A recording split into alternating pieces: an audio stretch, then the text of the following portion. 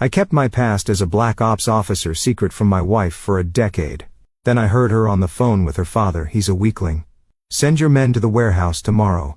Make IT look like an accident. Little did she know, I built that warehouse specifically for such an occasion. The calls I made ensured her father's entire clan was walking into a slaughterhouse. Chapter 1. The Perfect Life. Hugo Pierce adjusted his tie in the bathroom mirror, studying. The reflection of a man who had learned to hide in plain sight. At 42, he possessed the kind of calm confidence that came from surviving things most people only saw in nightmares. His dark hair showed distinguished streaks of silver, and his steel gray eyes held depths that his wife Elena had never bothered to explore. "Honey, you're going to be late for the board meeting." Elena called from their bedroom, her voice carrying that familiar note of practiced concern. Hugo smiled at his reflection. After 10 years of marriage, Elena Osborne Pierce still believed she was married to a simple construction company owner. She had no idea that the man who kissed her goodbye each morning had once been one of the most effective covert operatives in modern history. The Pierce Construction Company occupied a gleaming 30-story building in downtown Chicago. Hugo had built the business from nothing after retiring from his previous life, using skills that his competitors couldn't even comprehend. Strategic thinking, risk assessment, reading people. These weren't just business tools for Hugo. They were survival instinct honed through years of operations that officially never happened. Mr. Pierce, his assistant Rebecca Lamb nodded as he entered the executive suite. The quarterly reports are on your desk, and your 2 p.m. with the City Planning Committee has been moved to 3.30. Hugo nodded, settling into his chair with the fluid grace of someone who had spent years moving through shadows. The construction business had been more than just a cover. It had become his masterpiece. Pierce Construction didn't just build buildings. They built fortresses, safe houses, and structures that serve purposes far beyond their apparent function. His phone buzzed with a text from Elena. "Don't forget we're having dinner with Daddy tonight. He's excited to see you." Hugo's jaw tightened almost imperceptibly. Samuel Connell, Elena's father, had always made him uncomfortable. The man claimed to own several import businesses, but Hugo's trained eye had catalog details that painted a different picture. The expensive suits that couldn't quite hide old knife scars. The way conversations stopped when he entered rooms. The subtle deference of supposedly successful businessmen who were clearly subordinates. But Hugo had played the role of the oblivious son-in-law perfectly. He laughed at Samuel's jokes, accepted his patronizing advice about business, and never let on that he could read the man like an open book. It was a performance that had taken considerable restraint, especially during family gatherings when Samuel's associates would show up with poorly concealed weapons, and the kind of nervous energy that comes from a life of violence. The afternoon meeting with the City Planning Committee went smoothly. Hugo's latest project, a seemingly unremarkable warehouse complex on the outskirts of the city, had been approved months ago, but today's discussion centered on some minor permit adjustments. What the committee didn't know was that this warehouse had been designed with specifications that would make a military engineer proud. As Hugo drove home to the Gold Coast mansion, he shared with Elena. He reflected on the careful balance of his double life. The construction business provided the perfect cover for acquiring materials, equipment and expertise that might otherwise raise questions.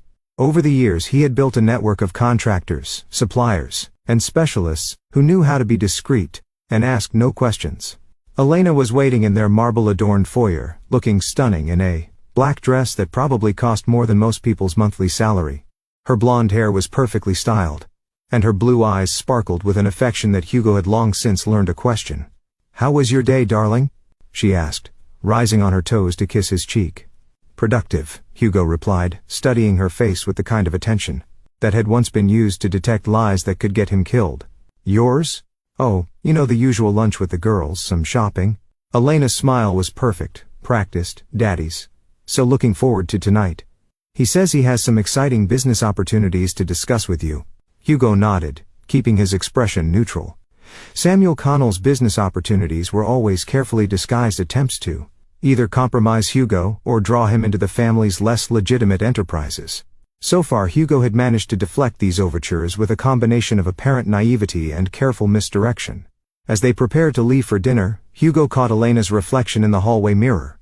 For just a moment, when she thought he wasn't looking, her expression shifted. The loving wife mask slipped, revealing something cold and calculating underneath. It was a look Hugo recognized from his past life. The expression of someone planning violence. Chapter 2. Ghosts and Foundations. Hugo Piers hadn't always been a construction magnate. 15 years earlier, he had been something else entirely, something that didn't officially exist. Operation Nightfall had been his final mission, a deep cover infiltration of an international arms trafficking network that had taken 3 years to complete.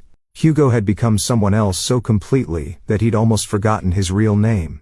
When it was over, when a network was destroyed and its leaders were either dead or in maximum security prisons, Hugo had been offered a choice. Accept a promotion to a desk job, or disappear forever. He chose to disappear. The government had been generous with their ghost, a new identity, enough money to start over, and most importantly, the promise that Hugo Piers would never officially exist in any database that mattered. He was a man without a past, free to build whatever future he chose. Chicago had called to him for reasons he couldn't quite articulate.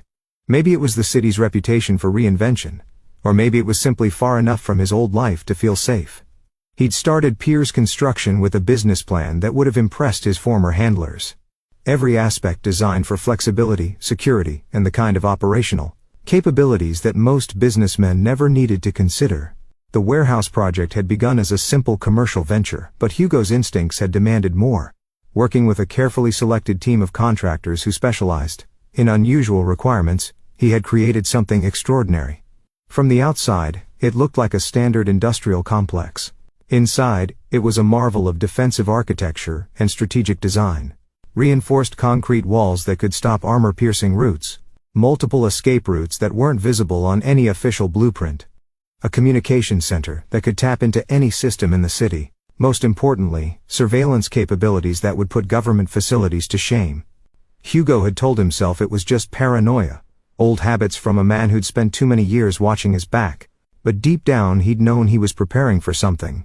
Some instinct, honed by years of survival, had whispered that his peaceful new life wouldn't last forever. Meeting Elena had been the closest thing to an accident in Hugo's carefully controlled existence.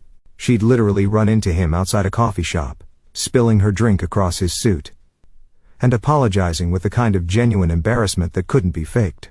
Her beauty had been obvious, but it was her apparent vulnerability that had drawn him in. Elena Osborne had claimed to be a struggling artist, trying to make it in the big city.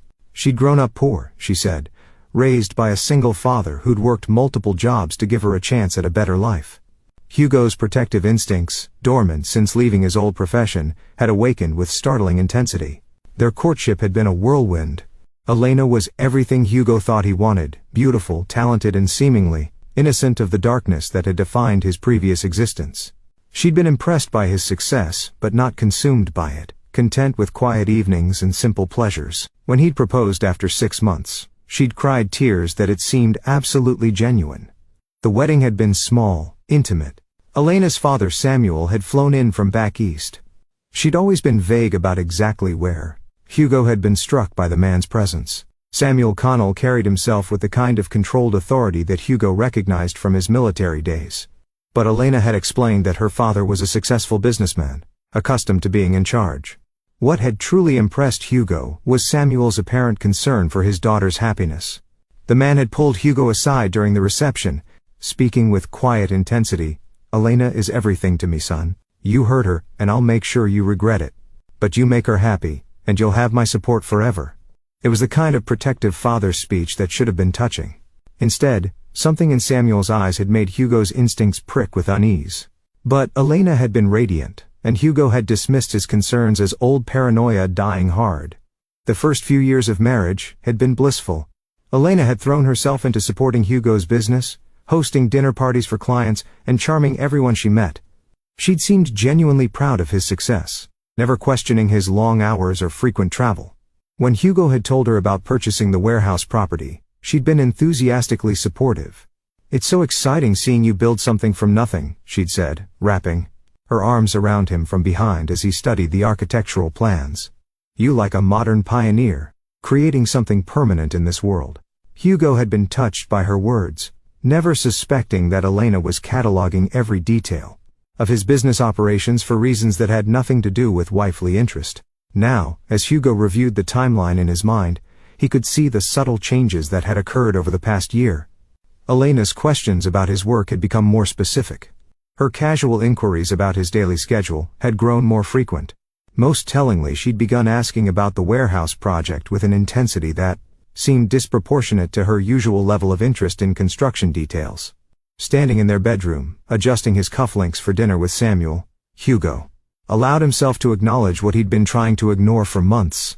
His wife was not who she claimed to be.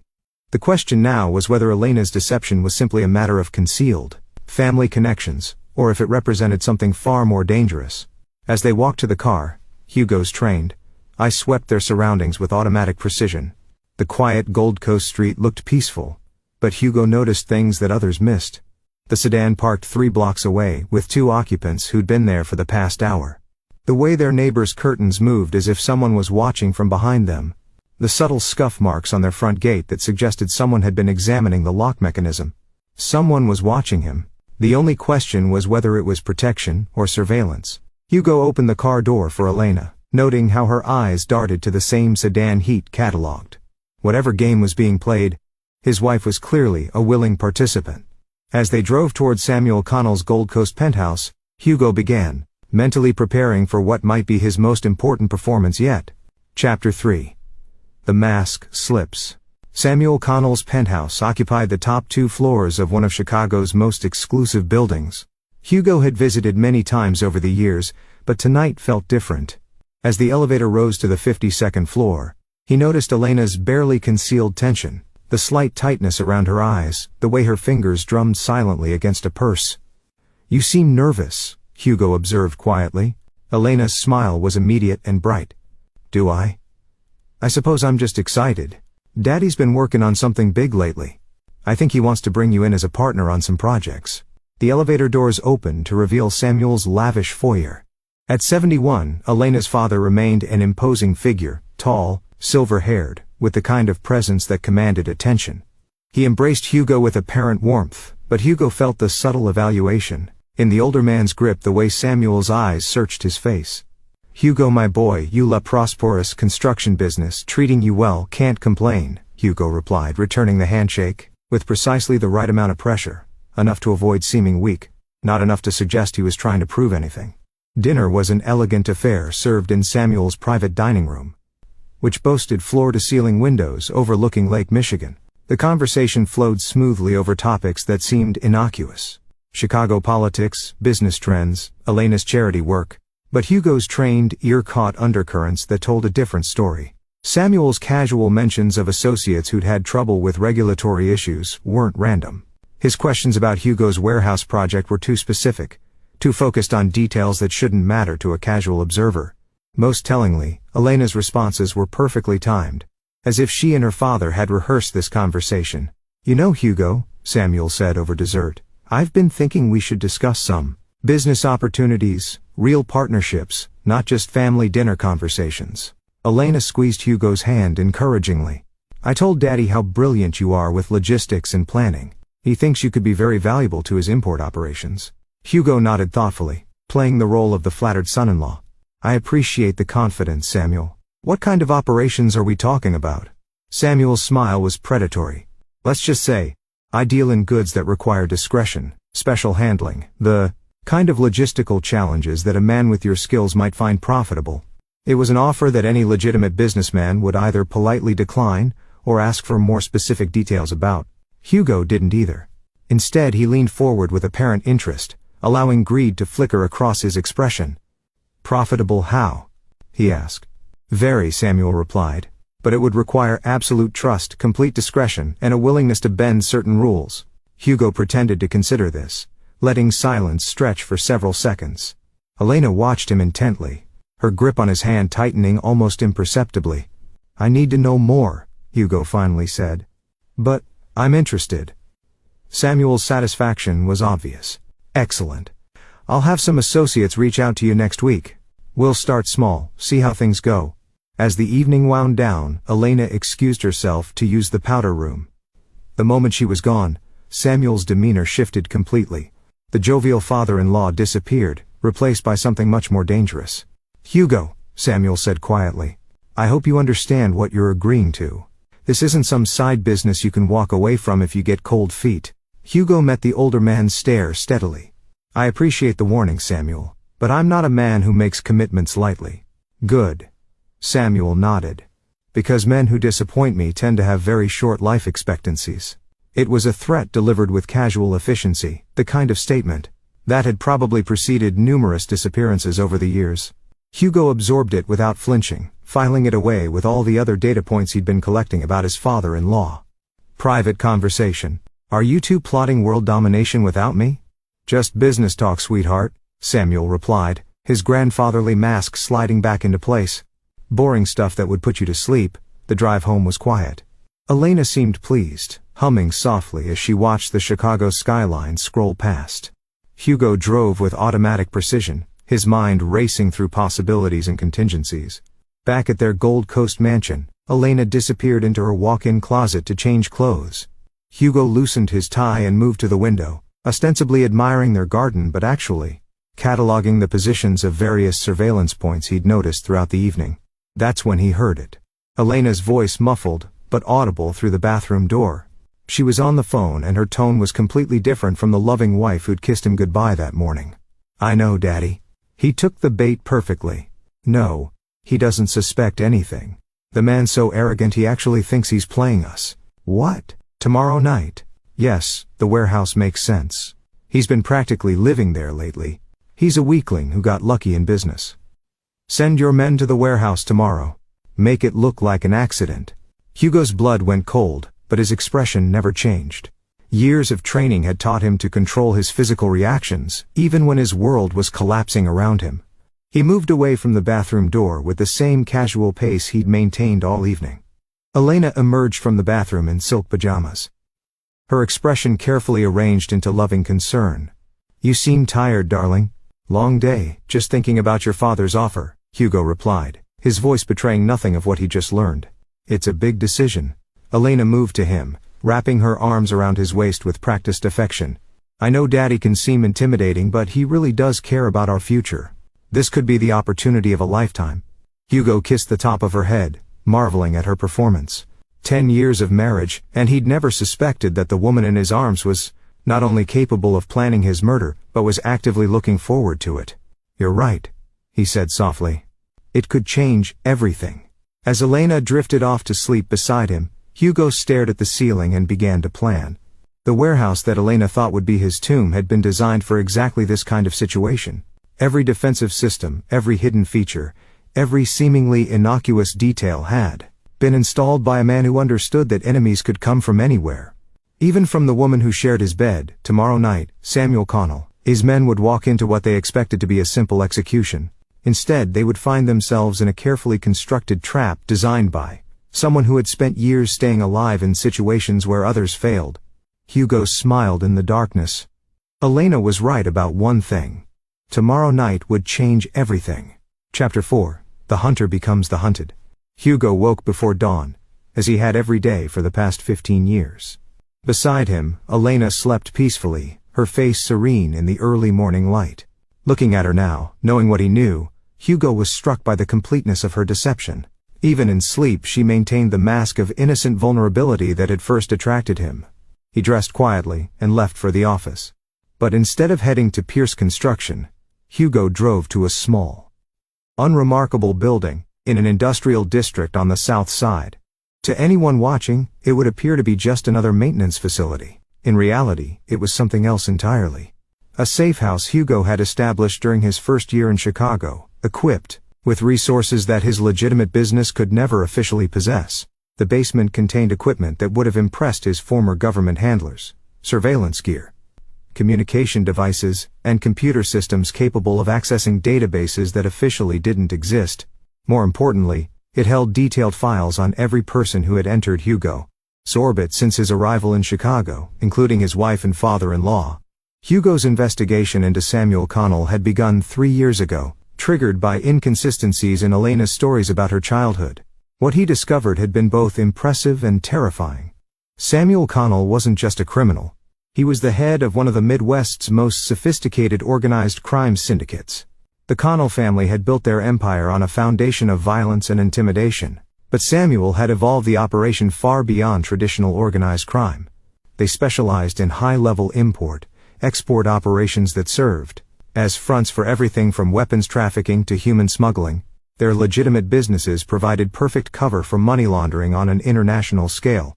Most disturbing of all, Hugo had learned that Elena wasn't Samuel's daughter by birth. She was an adopted asset, recruited as a teenager, and trained specifically for long-term infiltration operations. Elena Osborne was a completely fabricated identity, designed to snare wealthy marks who could be useful to the Connell organization. Hugo had been her longest assignment, 10 years of patient cultivation, waiting for the right moment to either recruit him or eliminate him. Last night's dinner had apparently been the decision point, and Hugo. His apparent eagerness to join Samuel's operation had sealed his fate. He was too dangerous to recruit, which meant he had to die. The irony was exquisite. Elena and Samuel believed they were dealing with a soft businessman who'd gotten lucky in construction. They had no idea they were planning to murder one of the most lethal individuals ever trained by the U.S. government. Hugo spent the morning reviewing surveillance footage from cameras he discreetly installed around the warehouse complex months ago. Samuel's reconnaissance had been thorough, but predictable. Teams of two-man units, cataloging entry points, sight lines, and security measures. They'd identified the warehouse's apparent vulnerabilities and were planning their attack accordingly. What they hadn't identified were the modifications Hugo had made that weren't visible on any blueprint. The warehouse looked like a standard with defensive capabilities that would make a military installation envious. At noon, Hugo's secure phone rang, a device that Elena had never seen and which couldn't be traced to any official records. The caller was Roberto Watts, a former Marine sniper who'd served with Hugo on 2 classified operations before retiring to private security work. "Hugo, I got a message. You sure about this?" "Completely sure," Hugo replied. "How quickly can you get here?" "I'm already in town. Been watching your 6 since yesterday, like you requested. And brother, you've got serious heat building. I count at least 8 vehicles conducting surveillance on your various properties." Roberto was one of 3 former colleagues Hugo had discreetly contacted over the past year. Men who owed him their lives and who could be trusted absolutely. The others, Chad Hess, a demolitions expert, and Mark Benjamin, a communication specialist, had arrived in Chicago under various pretexts during the past month. Hugo had told himself he was just being paranoid, preparing for threats that would never materialize. Now his paranoia was about to save his life. "Roberto, I need you to coordinate with Chad and Mark. Full operational readiness by 1,800 hours. And Roberto, this one's personal. Copy that. What's the target profile?" "Organized crime syndicate, 8 to 12 hostiles professionally trained, but overconfident. They're expecting to eliminate a soft civilian target." Roberto's laugh was grim. "They have no idea what they're walking into today. None whatsoever." Hugo spent the afternoon at his legitimate office, maintaining his normal routine while secretly coordinating with his team. Rebecca Lamb had worked for him for 5 years and had proven herself utterly reliable. But Hugo had never told her about his past or his preparations for situations like this. As far as she knew, her boss was simply a successful businessman with unusually good instincts about people. "Mr. Pierce," Rebecca said during their afternoon briefing, "your wife called. She wanted to confirm that you'd be working late at the warehouse tonight." Hugo smiled. Elena was making sure he'd be exactly where Samuel's men expected to find him. "Did she seem concerned about my schedule?" "Actually, yes. She sounded almost excited, but she was trying to hide it." Rebecca was more perceptive than she knew. Elena probably was excited. This was the culmination of a decade-long operation, and she was about to collect a substantial reward for successfully eliminating a target. At 5 p.m., Hugo left the office and drove to the warehouse complex. To any observer, he appeared to be simply another businessman, putting in extra hours on an important project. He parked in his usual spot, used his keycard to enter through the main entrance, and proceeded to his temporary office on the 2nd floor. What the watchers couldn't see was the subtle but comprehensive transformation taking place throughout the building. Chad Hess had spent the day activating defensive systems that had been dormant for months. Mark Benjamin was establishing secure communications with law enforcement contacts who would be needed later. Roberto Watts had positioned himself in the building's hidden observation post, for which he could monitor all approaches to the facility. At 7 p.m., Hugo's personal phone buzzed with a text from Elena. "Working late again? Don't forget to eat something. Love you."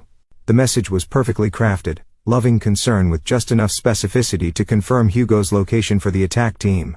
Hugo responded with equal care, just finishing up some paperwork.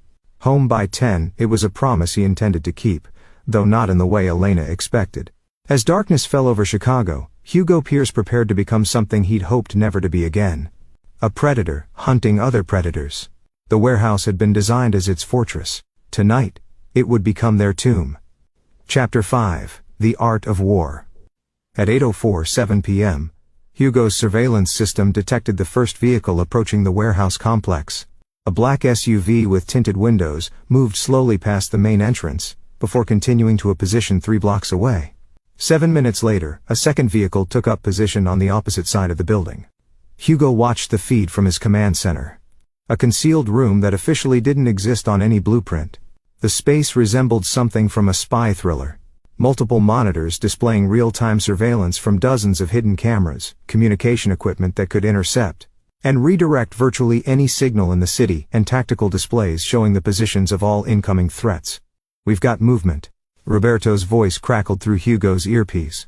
Roberto was positioned in the building's hidden sniper nest, disguised as routine ventilation equipment on the roof. 8 hostiles confirmed, professional loadout. They're staging for a coordinated assault. Hugo nodded, studying the thermal imaging displays. Samuel's men were good. They moved with the disciplined precision of military veterans, and their equipment was top grade. Under normal circumstances, they would be more than capable of eliminating a civilian target. But these weren't normal circumstances. "Chad, report," Hugo whispered into his throat microphone. "Defensive systems are fully operational." Chad has replied from his position in the building's hidden sub-basement. "All entry points are monitored and controlled. I've got enough surprises rigged to stop a small army." Mark Benjamin's voice joined the conversation from the building's communication center. "I've got full electronic surveillance on their equipment. They're using tactical radios, night vision, and what looks like standard breach and clear loadouts. No heavy weapons detected." Hugo smiled grimly. Samuel's men had prepared for a simple execution, not a military engagement. They'd brought enough firepower to kill a businessman, but they were walking into a facility designed to withstand assault by trained professionals. The attack began at exactly 9:15 p.m. The first team approached the main entrance, moving with textbook precision. They'd identified the building's security cameras, and believed they were avoiding detection. What they didn't know was that Hugo's real surveillance system was completely separate from the obvious security measures, hidden in ways that never occur to conventional thinking. Hugo watched as the lead man knelt beside the main door, working on the electronic lock with professional efficiency. The lock disengaged after 30 seconds, exactly as Hugo had programmed it to do. He wanted them inside the building, where his advantages would be absolute. "Team 1 is in the building," Roberto reported for hostiles, moving toward the main stairwell. Simultaneously, the second team was breaching the loading dock on the building's east side. Their entry was equally smooth, exactly as Hugo had intended. Both teams were now inside his carefully constructed maze, moving toward what they believed was an unsuspecting target. Hugo activated the building's hidden sound system, filling the corridors with the subtle noise of a man working alone, typing on a keyboard, shuffling papers, occasionally clearing his throat. To the approaching assassins, it would sound like their target was obliviously focused on work, completely unaware of his impending death. The first team reached the second floor, moving through corridors that seemed standard, but had been designed with specific tactical considerations.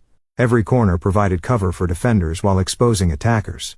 Every sightline had been calculated to maximize defensive advantages. Hugo's command center displays showed both teams converging on his supposed location. A second-floor office where lights burned brightly behind carefully arranged silhouettes that suggested a man working late. "Both teams are in position," Mark reported. "They're preparing for synchronized breach in 30 seconds. Hugo took a deep breath, feeling the familiar calm that came with the transition from planning to action. For 10 years, he'd been Hugo Pierce, successful businessman and loving husband. Tonight, he was something else entirely. A predator who'd spent years learning to hunt the most dangerous game on Earth. "Execute," Hugo whispered. The building's lights went out instantly, plunging both assault teams into complete darkness. Emergency lighting flickered on after 3 seconds, casting everything in an eerie red glow that destroyed night vision adaptation, while providing just enough illumination for Hugo's thermal imaging systems. Simultaneously, Electromagnetic pulse devices hidden throughout the building activated, frying the attacker's electronic equipment. Night vision goggles, tactical radios, and electronic weapon sights became useless in an instant. What the hell? The voice cut off abruptly as the building's acoustic warfare system activated. Speakers hidden in the walls began broadcasting a carefully modulated sound frequency that caused disorientation and nausea in anyone not wearing the specially designed ear protection that Hugo and his team had prepared. The first assembling in near darkness while waves of vertigo made coordinated movement impossible. The second team, approaching from the loading dock, fared no better. They were trapped in a corridor that Hugo had designed specifically to channel attackers into a kill zone. "Roberto, you have targets," Hugo said calmly, confirmed, engaging. The sniper's first shot took down Team 1's leader with professional precision. The suppressed rifle made almost no sound, but the effect was immediate. The remaining 3 men found themselves leaderless and effectively blind, trapped in an environment designed to neutralize their training and equipment. Hugo moved through the building using passages that existed only on his private blueprints. The warehouse had been constructed with a hidden network of corridors, observation points and fighting positions that allowed him to appear anywhere within the structure without being detected. He emerged from a concealed doorway behind the second team, moving with the fluid silence that had kept him alive during years of covert operations. These men were professionals, but they'd never faced someone with Hugo's specific skill set. The first man never knew what hit him. Hugo's knife found the gap between helmet and body armor with surgical precision, and the man dropped without a sound. The second assassin turned at his partner's sudden collapse, only to find Hugo already inside his defensive perimeter. The fight lasted less than 10 seconds. Hugo had been trained by the best killers in the world, and he'd learned his lessons well. When it was over, 2 more of Samuel's men were dead, and Hugo was already moving toward the next target. "Status report," Hugo said quietly. "Team 1 neutralized," Roberto replied. "For down, no survivors." "Team 2 neutralized," Hugo confirmed. 2 down, 2 wounded, and secured. Chad's voice crackled through the comm system. "Building secured. No additional hostiles detected." In less than 15 minutes, Samuel Connell's carefully planned assassination had become a massacre. 8 professional killers had walked into Hugo's warehouse expecting to murder a civilian businessman. Instead, they'd encountered something they were completely unprepared for, a man who'd spent years learning to kill people exactly like them. Hugo stood in his command center, studying the tactical displays that showed the complete failure of Samuel's operation. The 2 surviving attackers were secured in a holding area that Hugo had designed for exactly this purpose. A place where people could be questioned without any possibility of escape or outside interference. His secure phone buzzed with an incoming call. Elena's name appeared on the display. "Hello, sweetheart," Hugo answered calmly.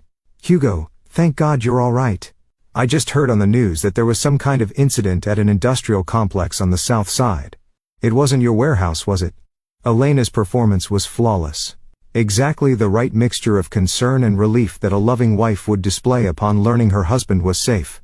Hugo could picture her now, probably sitting with Samuel, both of them expecting to hear that Hugo Pierce was dead. "No, darling, not my warehouse. I'm fine, just finishing up some paperwork. I should be home in an hour or so." "Thank goodness. I was so worried when I saw the news reports. They're saying multiple casualties but no details yet." "I'm sure it's nothing to concern us," Hugo replied. "Just some industrial accident. I'll see you soon." Hugo ended the call and smiled. Elena and Samuel were about to learn that their decade-long game had come to an end, but first Hugo had some questions that needed answers, and 2 survivors were going to provide them whether they wanted to or not. Chapter 6. Extraction and Revelation. The interrogation room in Hugo's warehouse had been designed with the clinical efficiency of a medical facility, combined with the psychological impact of a medieval dungeon. Soundproof walls, controlled lighting, and restraint systems that made escape impossible. It was a place where truth could be extracted from even the most reluctant subjects. The first survivor, a man in his 30s with the build and bearing of an ex-military operative, had regained consciousness 20 minutes after the failed assault. Hugo studied him through one-way glass, noting details that told a professional story. Military tattoos, scar patterns consistent with overseas deployment. The kind of physical conditioning that came from years of serious training. Names: Jesse Gregory, Mark Benjamin reported, reading from a tablet connected to facial recognition software. Former Army Rangers, 3 tours in Afghanistan, honorable discharge 5 years ago. Since then, he's been working private security for various clients. All of them connected to Samuel Connell. Hugo asked. Looks like it. Financial records show regular payments from shell companies that trace back to Connell Enterprises. Hugo nodded. Samuel had been recruiting military veterans, offering them good pay for work that probably seemed routine until tonight. Jesse Gregory had likely believed he was participating in some kind of corporate security operation, not a planned murder. Hugo entered the interrogation room, wearing a simple black suit and carrying a manila folder. To Jesse's eyes, he would appear to be exactly what Elena believed him to be. A successful businessman who'd somehow found himself in an impossible situation. Mr. Gregory, Hugo said pleasantly, settling into a chair across from the restrained man. I apologize for the circumstances, but I need to ask you some questions. Jesse's response was exactly what Hugo expected from a professional: name, rank and serial number. The man had been trained to resist interrogation, and he was following his training. Hugo smiled and opened the manila folder, revealing photographs that made Jesse's face go pale. Pictures of his most damning of all, financial records showing exactly how much Samuel Connell had been paying him over the past 18 months. I'm not here to hurt you, Jesse, Hugo said quietly. I'm here to offer you a choice. You can continue working for a man who sent you into a death trap without warning you what you were really facing, or you can help me ensure that Samuel Connell never puts another soldier in harm's way. Jesse's military bearing cracked slightly. You're not just some construction guy, are you? No, Hugo replied simply. I'm not. The conversation that followed was professional and efficient. Jesse Gregory was a good soldier who'd been lied to and manipulated by people he trusted. Hugo had encountered dozens of men like Jesse during his covert years, veterans struggling to find purpose in civilian life, willing to take questionable jobs because they needed to support families and didn't know where else to turn. By the time Hugo finished explaining the real nature of Samuel Connell's operation, Jesse was ready to cooperate fully. Jesus Christ, Jesse muttered, staring at evidence of human trafficking operations, weapons smuggling, and multiple murders. I thought we were just doing corporate security work. Connell said you were embezzling from his daughter, that we were just supposed to scare you. And the other man with you tonight? Same story. We were all told you were some white-collar criminal who needed to be taught a lesson. Nobody said anything about killing you. Hugo believed him. Samuel was too smart to recruit soldiers by advertising murder contracts. He would have spun a story that made his targets seem deserving of whatever faded away to them. The second survivor, a younger man named Kyle Dodson, provided similar information. Both men have been deceived about the true nature of their been working for one of the Midwest's most ruthless criminal organizations. Hugo made them both an offer: disappear forever with enough money to start new lives, or stay and help him bring down Samuel Connell's entire operation. Both men chose to stay. At 113,000 OPM, Hugo finally left the warehouse and drove home to his Gold Coast mansion. He'd spent the past hour coordinating with Roberto, Chad, and Mark to ensure that all evidence of the evening's events was properly cleaned up. By morning, it would appear that 8 men had simply vanished without a trace. A mystery that would never be solved because there would be no bodies to find and no witnesses to question. Elena was waiting in their living room, wearing a silk nightgown and holding a glass of wine. Her relief upon seeing him alive was perfectly performed. Though Hugo could now detect the microscopic tells that revealed her true emotions, the slight tension around her eyes, the barely perceptible tightness in her voice, the way her hands trembled almost imperceptibly as she embraced him. I was so worried, she whispered against his chest. When he didn't come home by 10, I started imagining all sorts of terrible things. Just took longer than expected, Hugo replied, stroking her hair with apparent affection. You know how these big projects can be? They went to bed together, Elena curling against him with a practiced intimacy of 10 years of marriage. Hugo lay awake listening to her breathing, marveling at her self-control. Her father's carefully planned operation had failed catastrophically. 8 men were dead, and she had no way of knowing what had gone wrong. Yet she maintained her loving wife performance with Oscar-worthy skill. But Hugo could feel the tension in her body, the way she never quite relaxed in his sleep. Elena was waiting for something, probably a phone call from Samuel that would never come. At 3:17 a.m., Elena's phone buzzed with a text message. Hugo felt her body tense as she carefully retrieved the device, trying not to wake him. In the darkness, he watched her read the message, saw her face go pale in the phone's dim glow. The message was brief. Package not delivered, no word from delivery team. Advice. Elena stared at the message for a long moment, then typed a reply. Will investigate in the morning. May need alternate approach. She deleted both messages and returned the phone to the nightstand, then laid back down beside Hugo. But sleep was clearly impossible now. Elena's mind was racing, trying to process the implications of her father's failed operation. Hugo could almost hear her thoughts. How had 8 professional killers failed to murder one civilian businessman? Where were Samuel's men? What had gone wrong? By dawn, Elena would start making calls, trying to piece together what had happened at the warehouse.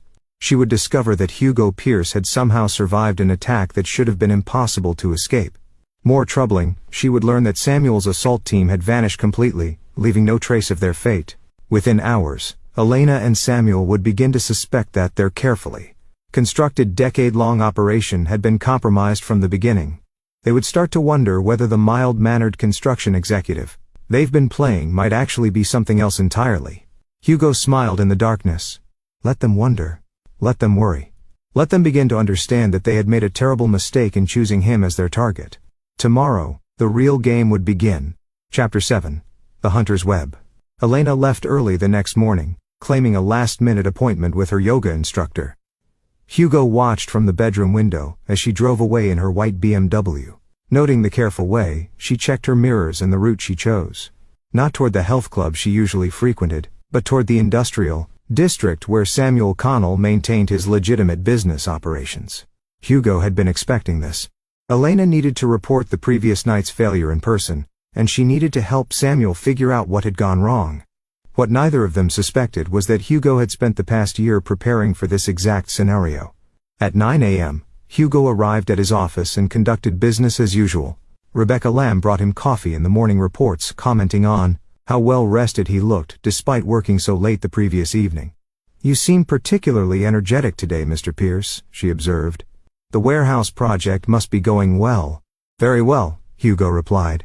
Better than expected, actually. What Rebecca didn't know was that Hugo's real work was being conducted through encrypted channels that had nothing to do with Pierce Construction.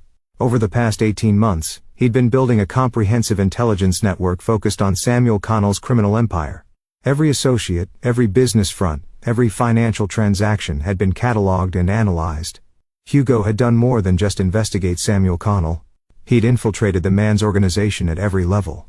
The first penetration had been achieved through Gerald Anderson, a former CIA analyst who'd retired, to Chicago and opened a consulting firm that specialized in corporate security research. Gerald's clients included several companies that did legitimate business with Connell Enterprises, providing the perfect cover for intelligence gathering. The second penetration came through Eric Barr, a former DEA agent who'd established himself as a freelance investigator specializing in insurance fraud. Eric's services had been requested by insurance companies that covered several of Samuel's shipping operations, giving him access to detailed financial records and shipping manifests. The third and most valuable penetration had been achieved through Stuart Riley, a former military intelligence officer, who'd opened a private security firm that provided services to several businesses in Samuel's sphere of influence. Stuart's men had been providing security for Connell-affiliated companies for over a year, giving Hugo real-time intelligence on Samuel's most sensitive operations. By 10 a.m., Hugo had confirmation that Elena had indeed met with her father at his waterfront office complex. Surveillance footage showed her arriving alone and departing 2 hours later, her body language suggesting extreme agitation. At noon, Samuel Connell made 3 phone calls that Hugo's communication intercepts captured in their entirety. The first call was to a contact in the Chicago Police Department asking about any incidents at industrial facilities on the South Side. The second was to a private investigator requesting immediate background research on Hugo Pierce. The third was to someone Samuel addressed only as the Colonel, asking for specialists who could handle unusual circumstances. Hugo smiled as he listened to the recordings. Samuel was beginning to understand that he was dealing with something outside his experience, and he was calling in heavier resources. But Samuel's network, impressive as it was, had been compromised from the beginning. The colonel was actually Colonel George Owens Rhett, a former Army Special Forces officer who'd gone private after retiring from a service. What Samuel didn't know was that Colonel Owens owed Hugo Pierce a debt that could never be repaid. Hugo had saved Owens's life during a classified operation in Syria 8 years earlier. Hugo's secure phone rang at 2:47 p.m. "Hugo, this is George. I've just got a very interesting call from Samuel Colonel. He's asking me to provide specialists for what he describes as an unusual security problem. Should I be concerned about you?" "Not concerned, George, but definitely interested. What kind of specialist is he requesting?" "The kind that specialize in making problems disappear permanently. He's offering serious money for people with very specific skill sets." Hugo considered this. Samuel was escalating quickly, moving from conventional criminals to military-grade specialists. It was exactly the kind of response Hugo had hoped to provoke. "George, I need a favor. A big one. After what you did for me in Syria, name it, I need you to accept Samuel's contract. Bring your best people, but understand, they'll be working for me, not him."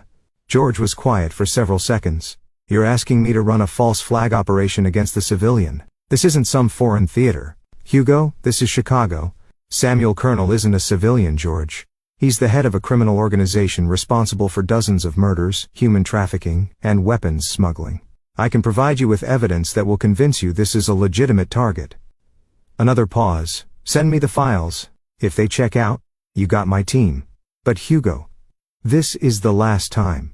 After this, we're even, understood?" "And George, thank you." By 6 p.m., Colonel Owens had reviewed Hugo's intelligence files and agreed to provide support. His team would pose as freelance specialists while actually gathering intelligence and providing Hugo with real-time information about Samuel's plans. Elena returned home at 7:30 p.m., her usual radiant smile replaced by barely concealed tension. She kissed Hugo with apparent affection, but he could feel the calculation behind her touch. "How is her day, darling?" she asked. "Productive. Yours?" "Oh, you know the usual. Lunch with friends. Some shopping." Elena moved to the bar and poured herself a glass of wine with hands that trembled slightly.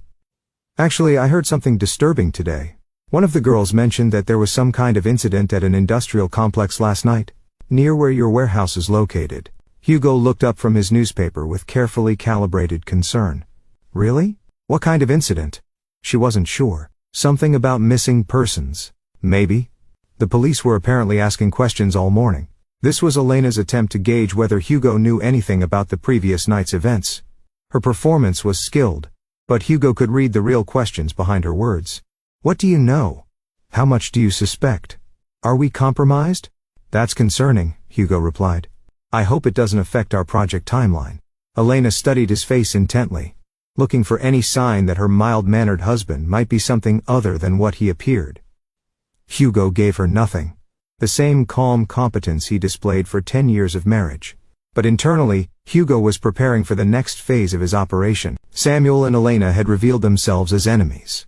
Colonel Owens' team would soon be providing intelligence on Samuel's network.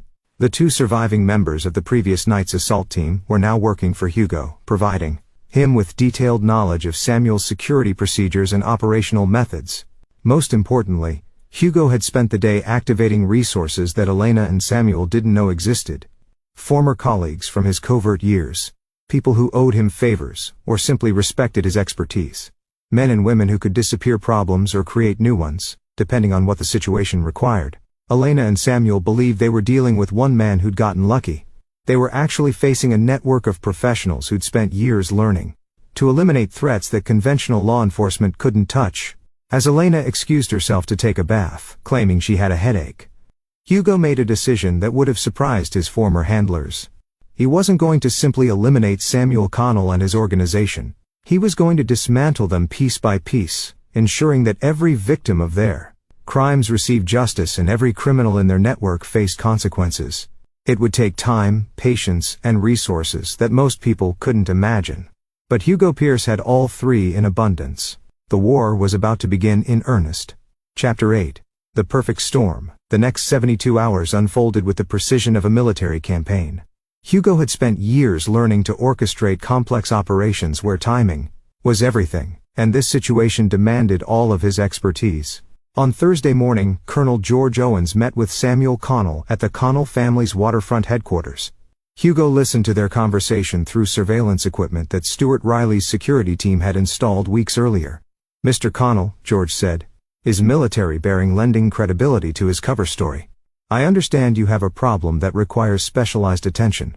Samuel's voice carried the kind of controlled tension that came from dealing with a crisis he didn't fully understand. I need someone eliminated quietly, professionally, and with no possibility of the job being traced back to my organization. That's expensive work, George replied. And it requires specific information about the target. What makes this individual so dangerous that conventional methods have failed? There was a pause before Samuel answered. Yesterday, 8 of my best men attempted to eliminate this target. They were professionals, former military, experienced in this kind of work. None of them returned. We found no bodies, no evidence of what happened, no trace of their fate. Hugo smiled as he listened. Samuel was beginning to grasp the magnitude of his problem, but he still had no idea what he was really facing. That's unusual, George admitted. What do you know about your target? His name is Hugo Pierce. He owns a construction company, married to my daughter for 10 years. We believe he was just a successful businessman who'd stumbled onto some of our operations. Now I'm starting to think we may have been mistaken. George's next question was perfectly calibrated. What makes you suspect he's more than he appears? Instinct, Samuel replied. And the fact that 8 trained killers walked into what should have been a simple execution and vanished without a trace. That doesn't happen to soft civilian targets. The meeting concluded with George agreeing to conduct surveillance on Hugo. While assembling a team capable of handling whatever they might encounter, Samuel agreed to pay triple the usual rate, plus a substantial bonus for discretion. What Samuel didn't know was that George's team would be gathering intelligence for Hugo, while providing him with real-time information about Samuel's activities and plans. Friday brought the first phase of Hugo's counterattack. Gerald Anderson's corporate security research firm released a detailed report on suspicious shipping activities connected to Connell Enterprises.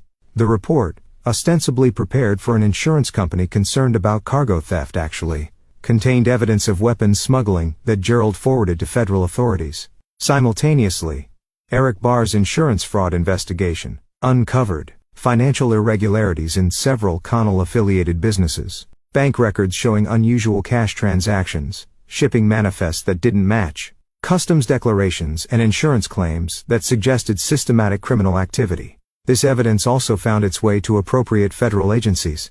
By Friday afternoon, Samuel Connell's legitimate business operations were under scrutiny from the financial records were being subpoenaed and surveillance teams were being deployed. Samuel had no idea that his enemy was orchestrating this law enforcement attention, whether Hugo had spent months preparing a comprehensive case that would survive legal scrutiny. Saturday morning brought Elena to Hugo's warehouse complex. She arrived alone, claiming she wanted to see the project that had been consuming so much of her husband's time. Hugo gave her a tour of the facilities, noting how carefully she observed details that had nothing to do with construction work. Elena was looking for evidence of what had happened Monday night, bloodstains, bullet holes, any sign that a battle had taken place in this seemingly ordinary industrial building. She found nothing because Hugo's cleanup had been thorough and professional, but Elena's visit served Hugo's purposes perfectly. Her presence at the warehouse was recorded by surveillance equipment that would later provide evidence of her involvement in the conspiracy against him. More importantly, Elena's behavior during the tour revealed the extent of her training. She moved through the building with a careful awareness of someone conducting tactical reconnaissance, noted sightlines and defensive positions with the eye of a professional, and asked questions that no innocent spouse would think to pose. "This is quite a fortress you've built, darling," she commented as they concluded the tour. "All these security features seem rather elaborate for a warehouse." "Chicago's a rough city," Hugo replied. "Better to be prepared than sorry." Elena smiled, but Hugo could see the calculation behind her eyes. She was beginning to suspect that her husband's warehouse was more than it appeared, but she couldn't figure out how a civilian businessman would know to design such sophisticated defensive measures. That evening, Elena made a series of phone calls that Hugo's communication intercepts captured in their entirety. The first call was to Samuel. "Daddy, I toured Hugo's warehouse today. The place is built like a fortress, military-grade security, defensive positions, things that don't make sense for a normal business operation." Samuel's response revealed his growing concern. "That confirms what I've been thinking. Your husband isn't what he appears to be. What do you want me to do?" "Nothing yet. I've got serious professionals working on this now, former special forces, the kind of people who can handle unusual circumstances. We'll know more soon." The second call was to someone Elena addressed only as handler, a conversation that made Hugo's blood run cold. The target is proving more complex than anticipated, Elena reported. His operational security suggests professional training. Request guidance on contingency protocols. The voice that answered was electronically distorted, but the words were clear. Maintain covered all costs. If your position is compromised, activate termination protocols and extract immediately. This call revealed something that changed everything. Elena wasn't just Samuel's adopted daughter and trained asset. She was also connected to a larger organization, one that operated with the kind of sophistication that suggested government or intelligence community involvement. Hugo had assumed he was dealing with organized crime, but Elena's handler suggested something more complex and dangerous.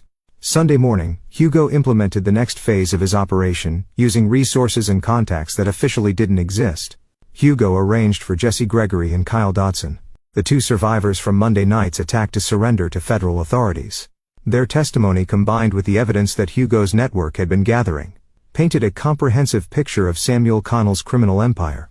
More importantly, both men testified that they'd been recruited for what they were told was a corporate security operation, only to discover they were actually participating in attempted murder.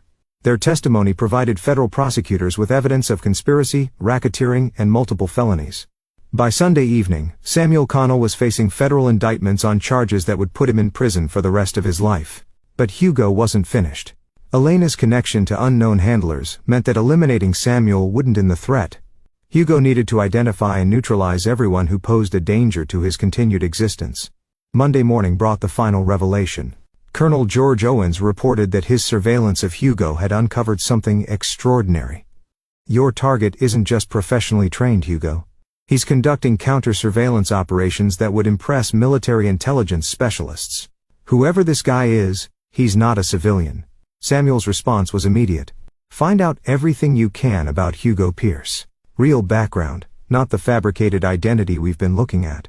I need to know what we're really dealing with. George's investigation, actually coordinated with Hugo, revealed carefully crafted intelligence, suggesting that Hugo Pierce might be a former government operative, living under deep cover. The revelation terrified Samuel, who suddenly understood that he'd been targeting someone with the skills and resources to destroy his entire organization. But the revelation also activated Elena's termination protocols. That evening, as Hugo returned home from his office, he found Elena packing his suitcase with methodical efficiency. Going somewhere, darling? He asked calmly. Elena's mask finally slipped completely. The loving wife disappeared, replaced by the cold professional she'd always been underneath. It's over, Hugo, she said without looking at him. Whatever game you've been playing, whatever you really are, it ends now. Hugo sat down in their bedroom chair, completely relaxed. Actually, Elena, it's just beginning. She turned to face him. And Hugo saw something in her eyes that he recognized from his covert years. The look of a predator who'd suddenly realized she was the prey. You've known, she said. It wasn't a question. For quite some time, Hugo confirmed. The question now is whether you want to disappear quietly, or whether you'd prefer to explain your decade-long operation to the federal agents who are currently surrounding this house. Elena's hand moved toward her purse, where Hugo knew she kept a weapon. She was fast, professionally trained, and desperate, but Hugo was faster. Chapter 9, In-Game. The confrontation in Hugo's bedroom lasted exactly 11 seconds. Elena's hand had barely touched her purse when Hugo moved with the fluid precision of someone who'd spent years training for moments exactly like this. Her weapon, a compact 9mm pistol that she'd concealed with characteristic thoroughness, never cleared the purse. When it was over, Elena sat on the floor with her hands zip-tied behind her back, staring at her husband with a mixture of rage and grudging professional respect. Whoever you really are, she said quietly, you're very good at this. Hugo retrieved Elena's weapon and checked it with automatic efficiency. I had excellent teachers, CIA, military special operations, private contractors. Does it matter now? Elena studied his face with the careful attention of someone who'd spent years reading people for a living. It matters because I need to know whether my handlers are going to consider you worth eliminating, or whether they'll write this operation off as acceptable losses. Hugo smiled. Your handlers have bigger problems to worry about than me. As if summoned by his words, the sound of vehicles arriving filled the quiet Gold Coast street. Elena's expression went from controlled resignation to genuine fear. You call the FBI, she said. Among others, Hugo confirmed. What Elena didn't know was that Hugo had spent the past week coordinating with multiple federal agencies to ensure that Samuel Connell's entire organization would be dismantled simultaneously. FBI agents were raiding Samuel's businesses and residences. DEA units were seizing drug shipments and financial assets. Customs agents were arresting associates at airports and shipping facilities. Most importantly, Hugo had provided federal authorities with evidence that Samuel's organization had been involved in weapons trafficking that threatened national security. This evidence guaranteed that Elena and Samuel would face terrorism-related charges that carried life sentences without possibility of parole. The front door opened, and Special Agent Rebecca Lamb entered the bedroom with her service weapon drawn. Hugo's assistant of 5 years removed her earpiece and revealed the FBI credentials she'd been carrying since the day she started working for him. "Hugo Pierce," she said formally. "You're under arrest for multiple counts of murder, conspiracy, and violations of federal firearms regulations." Elena's eyes widened as she realized the final dimension of Hugo's operation, even as arrest was part of the plan. "However," Agent Lamb continued, "given your cooperation with federal authorities and your status as a protected witness, you'll be released pending further investigation." Hugo submitted to handcuffs for the benefit of any surveillance that might be monitoring the situation, knowing he'd be released within hours. His apparent arrest would satisfy Elena's handlers that justice had been served, while actually providing him with federal protection and a new official identity. Elena, on the other hand, was read her actual rights and charged with conspiracy, attempted murder, fraud, and numerous other federal crimes. As agents led her from the house, she turned back to look at Hugo one final time. "This isn't over," she said quietly. "There are others who won't forget what happened here." Hugo met her gaze steadily. "Let them come." 3 days later, Hugo sat in a federal courthouse listening as Elena Osborne Pierce and Samuel Connell were sentenced to life in prison without possibility of parole. The evidence against them was overwhelming, and their connections to international criminal networks had elevated their crimes to the level of national security threats. Samuel had aged a decade in the past week. His silver hair, now completely white, and his commanding presence reduced to that of a broken old man. He'd realized too late that his decision to target Hugo Pierce had destroyed everything he'd spent 40 years building. Elena maintained her composure throughout the sentencing, but Hugo could see the fury burning behind her professional mask. She'd spent 10 years cultivating him as an asset, only to discover that she'd been the one being played the entire time. After the sentencing, Hugo met with federal prosecutors to finalize his witness protection arrangements.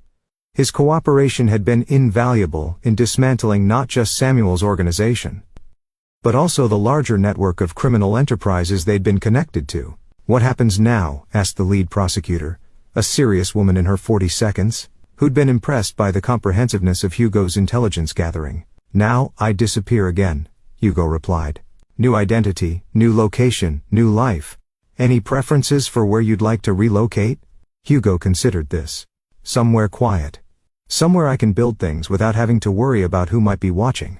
6 months later, a man named Roland Dunham purchased a small construction company in a mountain town in Colorado. He was a quiet, competent businessman who specialized in security-conscious residential construction for clients who valued privacy and protection. The townspeople found Roland friendly, but private, someone who contributed to local charities and supported community projects without seeking attention or recognition. He dated occasionally, but never seemed serious about anyone, claiming that his last relationship had ended badly, and he wasn't ready to trust someone new. What the townspeople didn't know was that Roland's modest house on the outskirts of town contained security features that would have impressed military installations, or that he maintained contact with a network of former colleagues who could provide assistance if his new peaceful existence was ever threatened. Sometimes late at night when he couldn't sleep, Roland would think about Elena and Samuel spending their remaining years in maximum security federal prisons. He'd wonder if Elena's mysterious handlers would ever attempt revenge, or if the destruction of Samuel's organization had sent a clear enough message to discourage further interest in his activities. But mostly, Roland Dunham focused on building his new life, one day at a time, always prepared for threats that might never come. After all, he'd learned from the best teachers that the price of peace was eternal vigilance. And if anyone ever made the mistake of threatening his quiet mountain existence, they would discover that Roland Dunham possessed skills that no small-town construction contractor should ever need. The warehouse in Chicago had been demolished, its secrets buried with the concrete that filled its foundations. But Roland carried its lessons with him, that trust must be earned, that enemies could wear the faces of loved ones, and that sometimes the only way to find peace was to be prepared for war. In the mountains of Colorado, surrounded by peaks that had stood unchanged for millennia, Roland Dunham built his fortress and waited to see if the world would leave him alone.